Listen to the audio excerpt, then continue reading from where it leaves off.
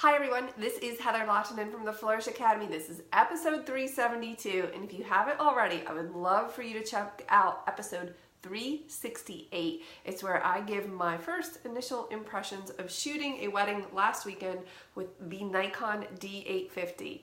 I struggled a little bit, and you could just check that out in that video, but I'm very excited because I still plan on doing my ISO tests this week of the D750 versus the D850 to see how they perform, but there is nothing like testing it at a wedding or in a difficult lighting situation. So while I was at YM Camera today, I picked up this Nikon 105mm 1.4 lens. Ooh, it is big, thick, heavy.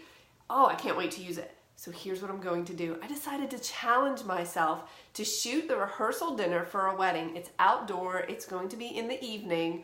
It's probably going to be low light, and I'm really excited. So what I'm gonna do is I'm not going to use, I was gonna say I'm not gonna take my flash.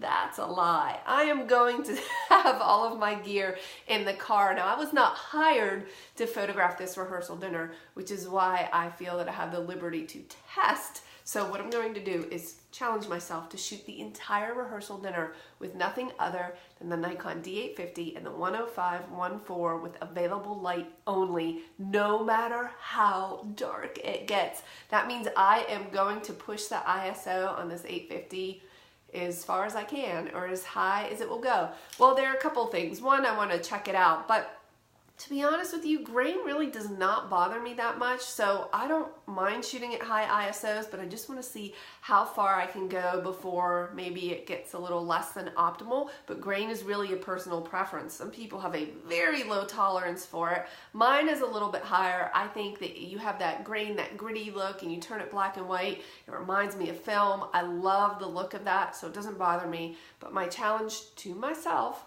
that I made up is to shoot the entire rehearsal dinner with just this combination to see if I can do it, and I'm really excited about it. The only thing that makes me a little bit nervous is if I am asked to shoot a group photo, so a group of people where you might need an aperture like 5.6 to make sure everyone's in focus.